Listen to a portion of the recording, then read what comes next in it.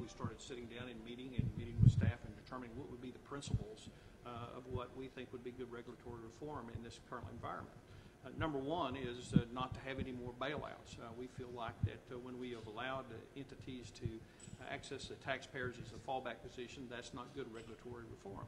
The second piece of that was to make sure that we restored market discipline, letting markets go up, letting them go down, and letting the people that actually are participating in those markets have the ability to fail.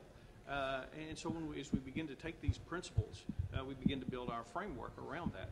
One of the things that we know is that in many cases that regulators weren't actually doing their jobs, and so we were concerned that some people would advocate just adding more layers of regulation.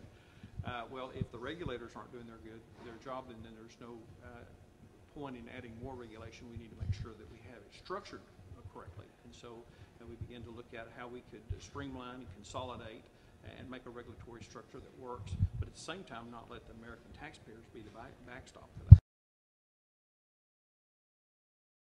Well, I mean, one of the things that a lot of people are concerned about is there too much power vested in the Federal Reserve? And in the future, we want to make sure that the Federal Reserve primarily focuses on monetary policy and not bailing out failed entities.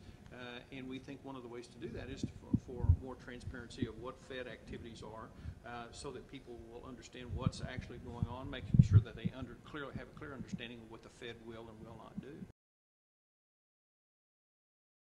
Well, the first stimulus didn't work, and so there again, I think it's kind of like that analogy we were using a while ago. Well, gosh, if the regulators weren't doing their job, let's add more regulation.